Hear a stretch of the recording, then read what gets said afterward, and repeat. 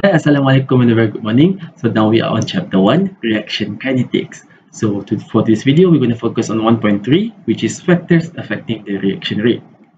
So for today's video, you're going to learn the factors affecting the reaction rate, which is the particle size, concentration of pressure, temperature, and the catalyst. So for the temperature factors, you're going to explain it further using the Maxwell-Boltzmann distribution curve. And as for the catalyst, we're going to look into the energy profile diagram in order to explain how catalysts can lower down the activation energy. Next, we're also going to look into the Arrhenius equation where K is equal to AE negative A over RT, and also need to relate the temperature and activation energy based on the rate constant using the Arrhenius equation. Last but not least, we're going to use the Arrhenius equation in order to find rate constant, activation energy, and some other more using calculation and graphical method. Alright, and this will be further supported in the tutorial session. So without any further ado, let us start. So factors affecting the reaction rate has four. First, we have the total surface area exposed. Second, we have concentration of pressure. Third, we have temperature. Four, we have catalyst. So let us look into the first one first. Okay, so for the size of the particle, let us see the reaction between magnesium and the hydrochloric acid.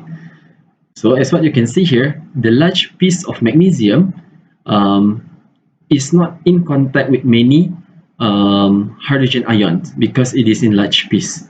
However, when we break it apart, we can see that the smaller pieces of this chunk will be able to react more with hydrogen ions.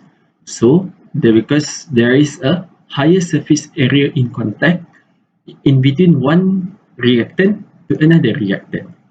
So what we can see here is that the smaller the size of the reactant particle, the total surface area exposed to the other particle will increases, and hence this increase the frequency of collision, and the number of effective collision will increase as well.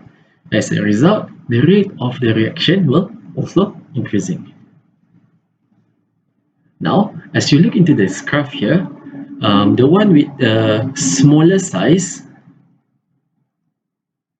which is in powder form, has higher surface area. And as what you can see here, the one with a higher surface area will be able to reach the maximum amount of yield, for example 100 gram, in a shorter amount of time. Maybe here around 20 seconds. However, the one with a lower surface area, which is a large particle size, size, okay, will take a longer time in order to reach the total amount of the product made, which is 100 gram. So it will take roughly 60 seconds. So as what you can see here, the higher surface area will have the higher rate of reaction because it takes a shorter time in order to get to the amount of the product made. Alright. Now let's look into the second factors, which is the concentration of the reactant. So when the concentration of the reactant increases, there will be more collision occurring between the reactant particle. So the number of particles per unit volume increases, frequency of the collision between reacting particle will increase, and the number of effective collision will increase as well. As a result, the rate of the reaction will increase as well. Okay? And remember, there is a difference between frequency of collision and the number of effective collision. So frequency is the collision that happens generally. So it's just a pelanggaran. But effective collision is a pelanggaran berkesan. It means that the collision collide at the correct orientation and have enough energy to overcome the activation energy. And this is the one that needed in order to initiate the chemical reaction. So we have to mention both of them separately. Alright? Next, we have pressure. So pressure applies to chemical reaction involving gas phase. So the effect of changing the pressure is similar to the changing in the concentration of reactant. So when pressure increases, we can say that the number of gas particles per unit volume increases. Hence, the frequency of collision increases, the number of effective collision increases, and the rate of reaction increases as well. Alright? Now we look into the temperature. So when the temperature increases, the kinetic energy will be increasing as well. So more collision will be occurring at a given time, and with higher kinetic energy, it will be having a higher energy of collision. So with a higher energy which is equal or amount to the greater than the activation energy, they will be able to overcome the kinetic energy barrier here. Okay, because it has a very high energy of collision. So the frequency of collision increases, the number of effective collision increases, and hence the rate of reaction increases as well. Alright, nice one. Now, we also need to explain the temperature in terms of the Maxwell-Boltzmann distribution curve, where we can use this curve in order to further explain the factors that affect the reaction rate. Okay, so this graph might be a new thing to you. So let us look into the setup of the graph first. Okay, on the y-axis, we have the number of molecule. On the x-axis, we have the kinetic energy. So at a lower temperature, the graph that you will be gotten is to be something like this. And at a high temperature, you will see that the graph is skewed more to the right. Okay, so seolah-olah graf itu telah dianjat sedikit ke arah kanan dan dia menjadi lebih lebar. Manakala dekat low temperature, it happens to be more of the particle will be at the lower kinetic energy. However, the peak here will be at this point. However, at the higher temperature, the peak here will have a higher kinetic energy. Okay, that's the first difference. Okay, and as we look into the setup, here is the activation energy. It means that we need to have our particle to be greater than this region, need to be in this position. Okay, so that the reaction can occur. But below than the activation energy, all of this particle will not initiate the chemical reaction. Okay, so this region is the region where the molecule has enough kinetic energy to react. Okay, this is the graph. So basically, if you were to imagine it in two beaker, T1 and T2, basically the number of particles in beaker T1 is the same as in beaker T2. So 100 molecule, for example, and this one going to have 100 molecule as well. Okay, so basically the area under the graph, if you were to calculate it in maths, you will get the same number of the molecule for each situation. Okay, but the difference is the kinetic energy in T2 will be higher than T1, and what we can see is that the graph for T1 shows that only a few particles have sufficient energy to react at T1. So T1 has the percentage of the particle that has a greater amount than EA is only very less. As what you can see here, the blue color here, maybe only 10% of the graph. Okay, 10% of the graph. However, for T2, there is a more number of particles that have energy higher than EA. So it might be 40% of the graph. So the particle that is greater than EA will be able to react and get over the barrier, which is the activation energy. And as what you can see here, at the higher temperature T2, more particles have sufficient energy to react, where it is equal or greater than EA. So therefore, the rate of reaction will increase when the temperature increases. Alright, so we look at it in terms of percentage. So at higher temperature, more percentage of the particle will be able to have a kinetic energy greater than or equal to EE. Alright, let's move on. So for the next factor, which is the catalyst, Catalyst is a substance that can increase the rate of the reaction by providing an alternative pathway with a lower activation energy. So this is a usual energy profile diagram that we have seen.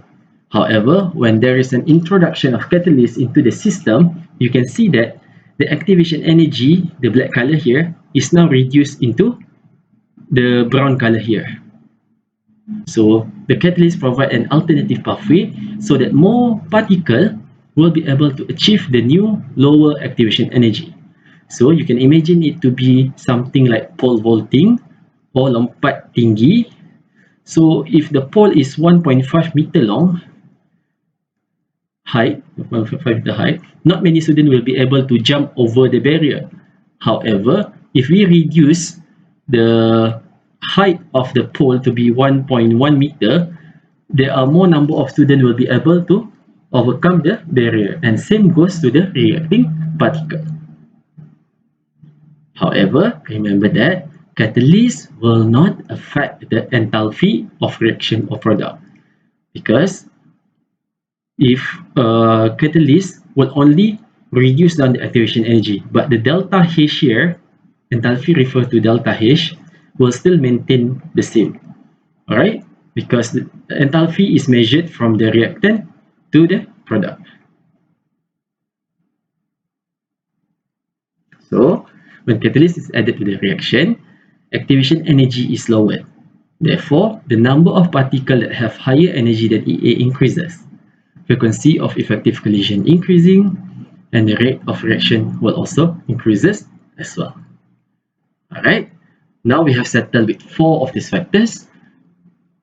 Now let us look into the Arrhenius equation. Okay, for the Arrhenius equation, it is basically proposed by Savante Arrhenius in 1889, where it proposed a mathematical expression in order to relate the temperature with the rate constant.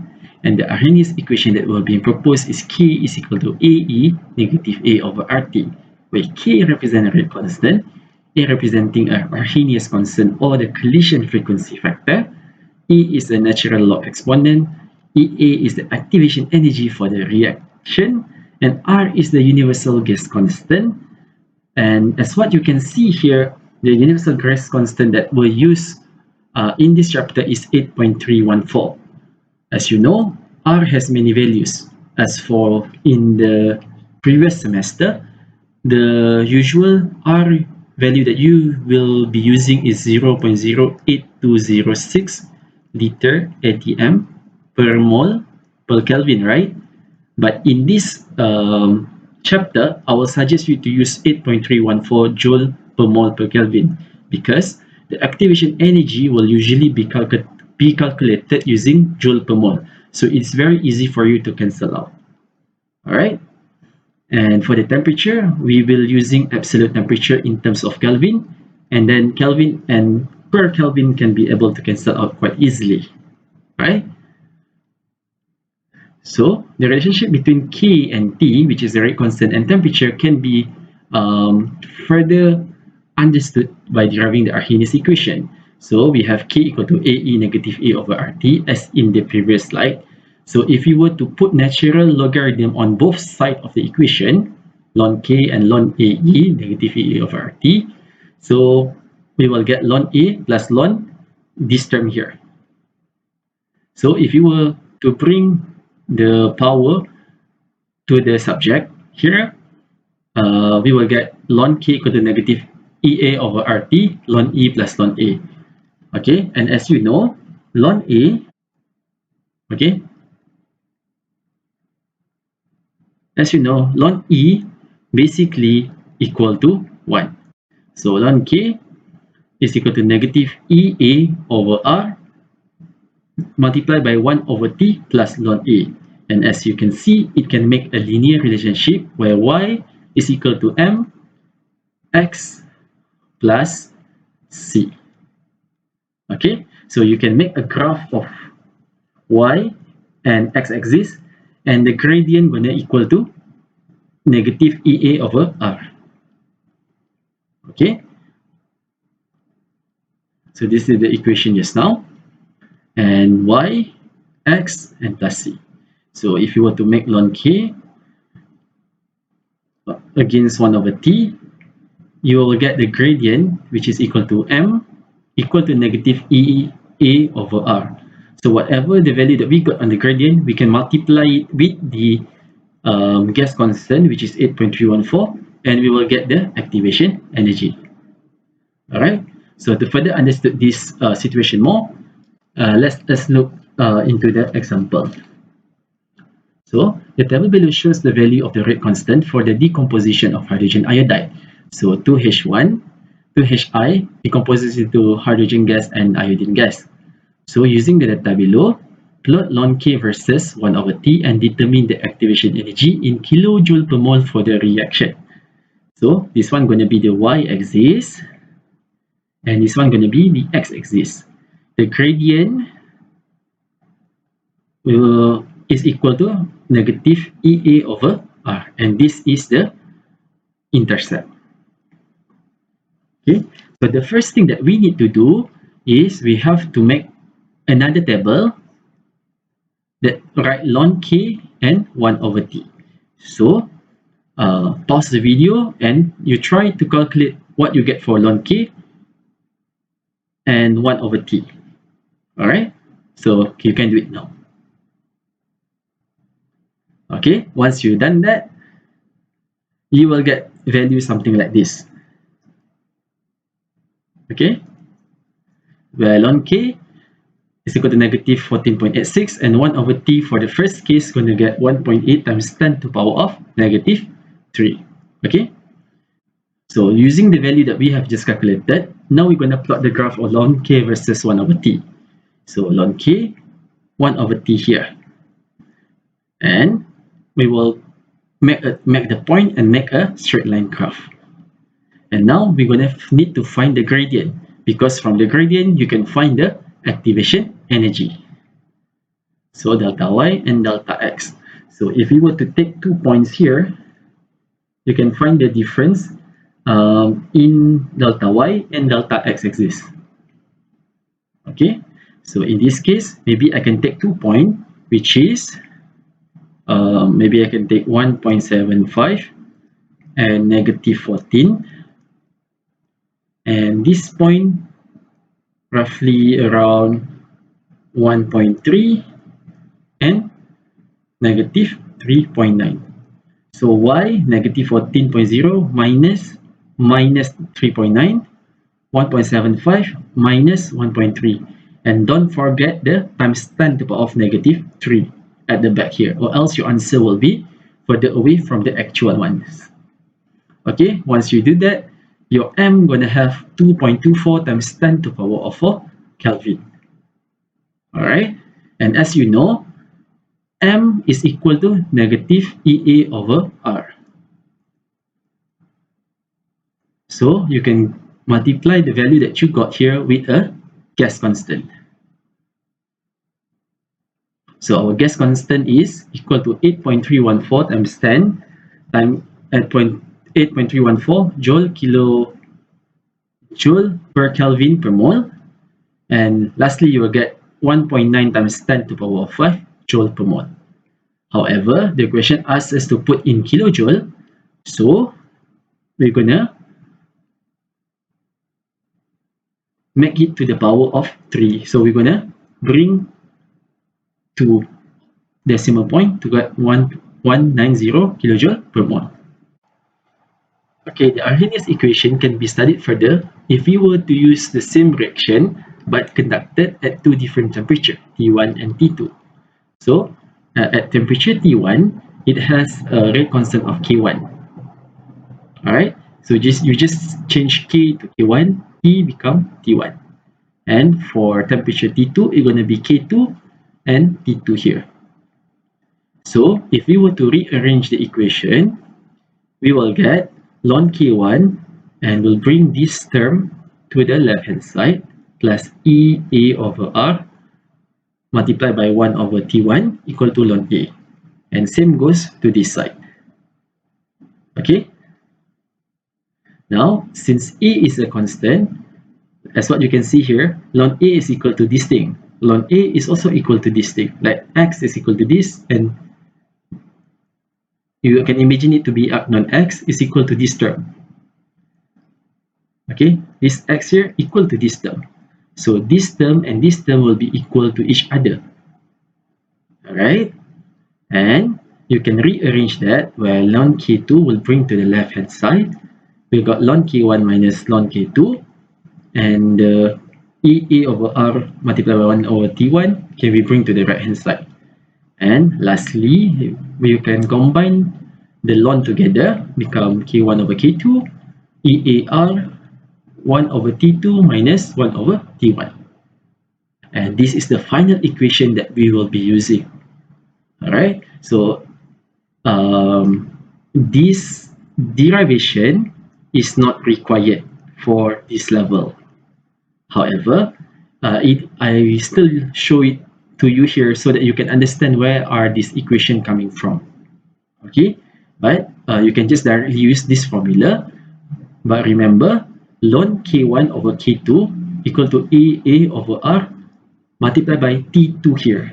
Okay, k1, T1 here. Okay, so don't mix it up. Okay, that's the most important thing here. Okay, so once you have understood this Arrhenius equation regarding two different temperature, we can do one exercises so that you can understand it more. So the decomposition of hydrogen iodide, 2Hi decomposes into hydrogen gas and iodine gas, and the rate constant is 9.51 times 10 to the power of negative 9 at 500 Kelvin.